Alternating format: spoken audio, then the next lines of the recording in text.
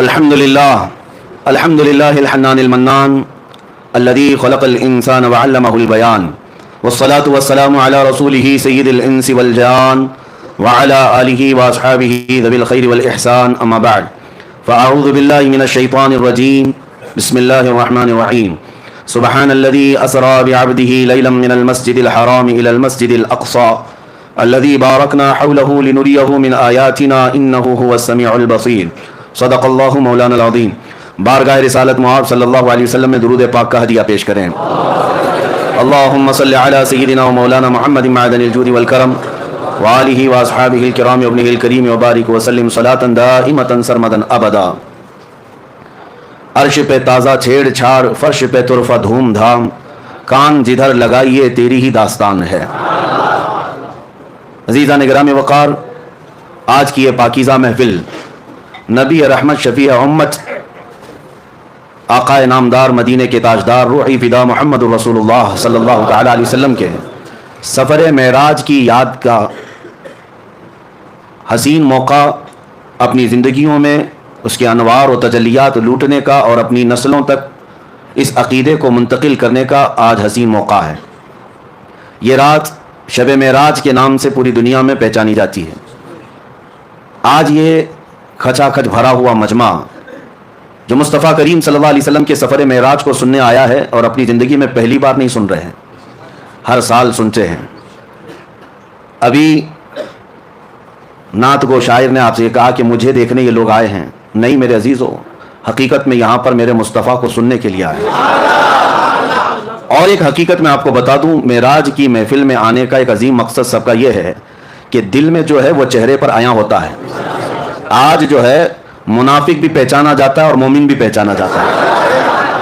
ہم معراج کی محفل میں آتے ہیں یہ بتانے کے لیے کہ ابو جہل والے ہیں یا ابو بکر صدیق والے ہیں۔ وہ اندھیریاں، وہ سناٹے، وہ ویرانیاں کہیں اور ہوں گی، لیکن سنیوں کی مسجد میں اجالے ہی اجالے، اس لیے کہ ہم رسول اللہ کے، جنت رسول اللہ کی، اور نور والے رسول ہیں تو محفلیں بھی نور ہی نور ہے۔ الحمدللہ میں سب سے پہلے آپ کو مبارکبادی پیش کرتا ہوں کہ اللہ تبارک و تعالیٰ نے تمہیں اجالوں میں رکھا اور قبر میں بھی اللہ میرے مصطفیٰ کا اجالا نصیب فرمایا۔ جن راتوں کو تم نے اجالا کیا ہے یہ میرے مصطفیٰ کی یاد میں اجالا کیا ہے۔ ہاں، لوگوں کو آج ہزار اعتراضات ہونے دو، معراج کہاں سے ثابت ہے، معراج کی شب میں مسجدوں کو لائٹنگ کیوں کیا جاتا ہے، کیوں کمکمے لگائے جاتے ہیں، کیوں سجایا جاتا ہے، یہ سب اعتراضات چھوڑو، یہ ایمان و نفاق کی بات ہے، ایمان و نفاق کی بات ہے۔ میں تو یہی بات جانتا ہوں کہ تمہیں تمہارے چور بیٹوں کے برتھ ڈے پر سجانے میں کوئی اعتراض نہیں ہوتا، تمہارے ناجائز ہیپی اینیورسری میں سجانے کو کوئی اعتراض نہیں ہوتا، اور ہمیں کائنات کے دولہا کے آنے پر سجانے میں یہ اللہ تعالیٰ کی عطائیں اپنے اپنے نصیب کی بات ہے۔ تمہیں چوروں کی خوشیاں مبارک، ہمیں رسول پاک کی معراج ہے۔ ہم نبی پاک صلی اللہ تعالیٰ علیہ وسلم سے ریلیٹڈ ہر چیز کی خوشی دھوم دھام سے مناتے ہیں، اور اللہ نے سنیوں کو ہی یہ حصہ عطا کیا ہے، میلاد بھی تمہیں مناؤ، معراج بھی تمہیں مناؤ۔ نبی پاک صلی اللہ تعالیٰ علیہ وسلم سے ریلیٹڈ ہر چیز تمہیں وراثت میں دی گئی ہے۔ جن کا حصہ نہیں ہے، جن کا نصیبہ نہیں ہے، مولا نے انہیں دنیا میں بھی محروم رکھا ہے، اور انشاءاللہ قیامت میں دیکھنا ہے عرش حق ہے مسند رفعت رسول اللہ کی، دیکھنی ہے حشر میں عزت رسول اللہ کی، دیکھنی ہے حشر میں عزت رسول اللہ کی۔ حقیقت میں آپ کو بتاؤں، معراج کا واقعہ سنتے آتے ہیں ہم بچپن سے، اور پھر ہم اس کو دہراتے بھی ہیں، اس لیے کہ بچے جوان ہو رہے ہیں، جوان بوڑھے ہوتے جا رہے ہیں، اور حالات ایسے کہ روز روز نئی تحقیقات اور نئی نئی افواہیں، کسی کی طرف سے اعتراض، کسی کی طرف سے شک ڈالنا، لیکن یہ محفلیں ہر سال آتی ہیں اور ہمارے ذہنوں سے شک کے غبار کو دور کر کے یقین پیدا کرتی ہیں، اور ہم اپنے بچوں میں یہ عقیدہ ٹرانسفر کرتے جائیں گے، اور یہی بات بتاتے جائیں گے اپنے بچوں کو کہ نبی پاک صلی اللہ تعالیٰ علیہ وسلم کی معراج یہ صرف اور صرف ایک واقعہ نہیں ہے، ایک کسوٹی ہے پہچاننے کی، ایک کسوٹی ہے پہچاننے کی۔ مانتے ہو کہ نہیں مانتے ہو یہ دیکھا جائے گا، کیونکہ میرے آقا صلی اللہ تعالیٰ علیہ وسلم کو اللہ نے بہت ساری خصوصیات عطا کی، سب حضور نے قوم میں نہیں بتائی، حضور کو بہت کچھ عطا کیا گیا ہے، سب امت کے سامنے میرے آقا نے نہیں بتائی، لیکن معراج کا سفر حضور کر کے آئے، بتانا کیا ضروری تھا؟ حضور کو اللہ نے نوازا ہے، نبی پاک صلی اللہ تعالیٰ علیہ وسلم کو قرب میں بلایا ہے، ساری نعمتیں اللہ نے اپنے حبیب کو عطا کی، لیکن آ کر کے میرے آقا نے امت کے سامنے رکھا کیوں، بتایا کیوں؟ اسی لیے کہ اب دیکھا جائے گا مومن کون ہے، منافق کون ہے، یہ بتانا حضور پاک صلی اللہ تعالیٰ علیہ وسلم کی سنت ہے۔ اور جو آج بھونکتے ہیں ان مولویوں کو میں کہتا ہوں، حضور نے میراج کا واقعہ خود بیان کیا. آج تک سنیوں کی مجلس سے جو جو عالم بیان کرتا ہے وہ میرے مصطفیٰ کی سنت پر عمل کرتا ہے. میراج کا واقعہ بیان کرنا خود میرے آقا صلی اللہ علیہ وسلم کی سنت مبارکہ ہے. ہم اس عظیم سنت کو زندہ کرنے آئے ہیں. میرے عزیزوں، میراج کا سفر جو ہے وہ حقیقت میں ایک معجزہ ہے. وہ ایک معجزہ ہے. معجزہ کسے کہتے ہیں؟ یہاں پر بہت ساری مجھے آج بحث کرنی ہے علمی اعتبار سے، دلائل کی روشنی میں، لیکن اس سے پہلے مختصر انداز میں واقعہ معراج کو عرض کیے دیتا ہوں. معراج کا سفر پہلے سن لیتے ہیں اور اس پر آنے والے اعتراضات، چاہے وہ جدید ٹیکنالوجی کے دور میں سائنس کے اعتبار سے کوئی یا کسی بھی اپنی من گھڑت تعویلات کی بنیاد پر اعتراض کرتا ہے تو ہم اس کا شافی و کافی جواب رکھتے ہیں. الحمدللہ نبی پاک صلی اللہ تعالیٰ علیہ وسلم کے اعلان نبوت کے بعد مسلسل کفار و مشرکین کی طرف سے تکلیفیں بڑھتی جاتی تھیں. ہر دن ایک نیا فتنہ، ہر دن صحابہ کی آزمائش. نبی رحمت صلی اللہ تعالیٰ علیہ وسلم کو کس طرح کی اذیتیں دی گئی. بائیکاٹ کیا گیا، سوشل بائیکاٹ کیا گیا، نبی پاک صلی اللہ علیہ وسلم کے غلاموں کو مارا گیا، قتل کیا گیا، شہید کیا گیا، سب دیکھا. نبی پاک صلی اللہ تعالیٰ علیہ وسلم نے اعلان نبوت کے 10ویں سال کے بعد غمگین تھے. آپ کا قلب اطہر غمگین تھا. اللہ رب العزت نے یہی 26ویں رجب کا دن گزار کر کے جو 27ویں شب آئی، جبرائیل امین کو بھیجا کہ جاؤ، میرا محبوب کبیدہ خاطر ہے، میرا محبوب غمگین ہے، میں محبوب کو دنیا کی نہیں اپنے قرب کی لذتیں دینا چاہتا ہوں. ہم اور آپ پریشان ہوتے ہیں تو ہمارے دل کو بہلانے کے لیے کئی جگہ ہیں. کوئی پہاڑ کے اوپر جائے، کوئی سمندر کے کنارے جائے، کوئی باغیچے میں چلا جائے. یہ ہمارے اور تمہارے دل بہلانے کی جگہ ہو سکتی ہیں، لیکن اللہ کا محبوب جب غمگین ہو تو اس رسول کو دل بہلانے کے لیے اللہ نے دنیا کے کوئی مقامات نہیں رکھے. فرمایا سیدھے محبوب کو بلاؤ اور جنت کی سیر کراؤ اور عرش و کرسی لوح و قلم دکھاؤ اور پھر لامکاں کی سیر کے بعد رب ذوالجلال کے قرب کی لذتیں دی جائے. میرے آقا صلی اللہ تعالیٰ علیہ وسلم کو کس طرح بلایا گیا؟ ہم اور آپ اگر دوست ہیں، بلانے کے کئی طریقے ہیں. میں خط بھیج کر کے بلا سکتا ہوں، آپ کو ٹیلی فون کر کے بلا سکتا ہوں، میسج دے کر کے بلا سکتا ہوں. یہ بلانے کا ایک طریقہ یہ ہے.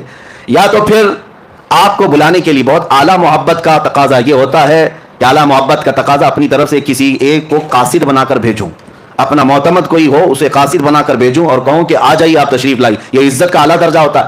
اور اس سے بھی اعلیٰ درجہ یہ ہوتا ہے کہ چل کر نہ ہو، میں سواری بھی میں ہی بھیجتا ہوں. یہ محبت کا اعلیٰ درجہ ہوتا ہے. رب تبارک و تعالیٰ معراج کی رات جب اپنے محبوب کو بلایا، ویسے تو قرآن کی آیتیں ڈائریکٹ اتر رہی تھیں، اللہ تبارک و تعالیٰ وہی فرما دیتا محبوب آ جاؤ میرے پاس. نہیں، عظمت اور محبت کا تقاضا یہ تھا.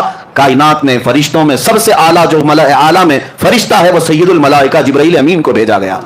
جبرائیل امین کو بھیجا گیا اور ساتھ میں براق سواری کو بھی بھیجا گیا. محبوب میرا جبرائیل کے اٹھانے کے بعد براق پر سواری کرتے ہوئے آئے، ورنہ میرے آقا صلی اللہ علیہ وسلم کو براق کی بھی ضرورت نہیں تھی، براق سواری کی بھی ضرورت نہیں تھی، کیونکہ براق ایک سواری ہے. آخر میں آپ معراج کے واقعے میں سنیں گے براق سواری بھی ایک جگہ جا کر کے رک گئی، اس کی لمٹ ختم ہو گئی. اس کے بعد کون چلا؟ سدرا سے بھی آگے کون گیا؟ جبرائیل امین سے پوچھو، وہاں سے بھی آگے کون گیا؟ ضرورت نہیں تھی، لیکن یہ عظمت ہے، یہ عزت ہے. حضور پاک صلی اللہ تعالیٰ علیہ وسلم سے اللہ تبارک و تعالیٰ جو محبت فرماتا ہے اس محبت کا تقاضا ہے. اب نبی پاک صلی اللہ علیہ وسلم کی حدیث سنتے ہیں. حضور نے خود فرمایا، میں حتیم حرم میں یا حرم کا جو حصہ ہے مطاف، وہاں پر حضور صلی اللہ تعالیٰ علیہ وسلم آرام فرما رہے تھے. جبرائیل امین رات کے وقت آئے، 3 مرتبہ حضور پاک صلی اللہ علیہ وسلم کے پاس وہ آئے، اور تیسری مرتبہ حضور صلی اللہ تعالیٰ علیہ وسلم جب بیدار ہوئے تو عرض کیا کہ آقا رب ذوالجلال آپ کو اپنے جلوہ خاص میں دعوت دے رہا ہے، آپ چلیں سفر پر. حضور کو اٹھایا اور اتنا ہی نہیں بلکہ چاہے زمزم کے پاس لے جا کر حضور پاک صلی اللہ علیہ وسلم کا سینہ اطہر چاک کیا گیا، آپ کا دل مبارک نکالا گیا، اور جنت کی ایک تشتری میں انوار و تجلیات سے بھرا ہوا پانی تھا. اس پانی سے رسول کریم صلی اللہ علیہ وسلم کے قلب اطہر کو دھویا گیا، پھر دوبارہ آپ کے سینے مبارکہ میں رکھا گیا، اور اس کے بعد پھر جبرائیل امین نے عرض کیا براق سواری آپ کے لیے تیار ہے. نبی پاک صلی اللہ تعالیٰ علیہ وسلم جب براق کے پاس گئے، یہ سواری نہ پہلے آپ سے کسی کو دی گئی اور نہ قیامت تک کسی کو دی جائے گی. وہ رسول کریم صلی اللہ علیہ وسلم کا خاصہ ہے. وہ براق کیسی سواری تھی؟ خود حضور فرماتے ہیں خچر سے تھوڑا سا چھوٹی اور گدھے سے تھوڑا سا بڑی، خچر اور گدھے کے درمیانی حصہ تھا. اور اس سواری پر جب حضور صلی اللہ علیہ وسلم تشریف لے جانے لگے، وہ شوق سے اچھل کود کرنے لگا. جبرائیل امین علیہ الصلوۃ والتسلیم نے ارشاد فرمایا براق تجھے معلوم نہیں سید الانبیاء تجھ پر سواری کر رہے ہیں. براق نے یہی کہا کہ اسی شوق میں اور اسی مست و شادمانی میں رقص کنا ہوں. اور نبی پاک صلی اللہ علیہ وسلم اس پر جب سوار ہوئے تو اس براق کی تیز رفتاری کا عالم یہ تھا جہاں تک نظر پڑتی ہے اس کا پہلا قدم ہوا کرتا. اب وہ سواری سے میرے آقا صلی اللہ تعالیٰ علیہ وسلم نکلے اور آپ کے سفر کی جو پہلی منزل تھی وہ بیت المقدس. تقریباً مکہ مکرمہ سے بیت المقدس کا سفر 1400 کلومیٹر کے فاصلے پر ہوتا ہے.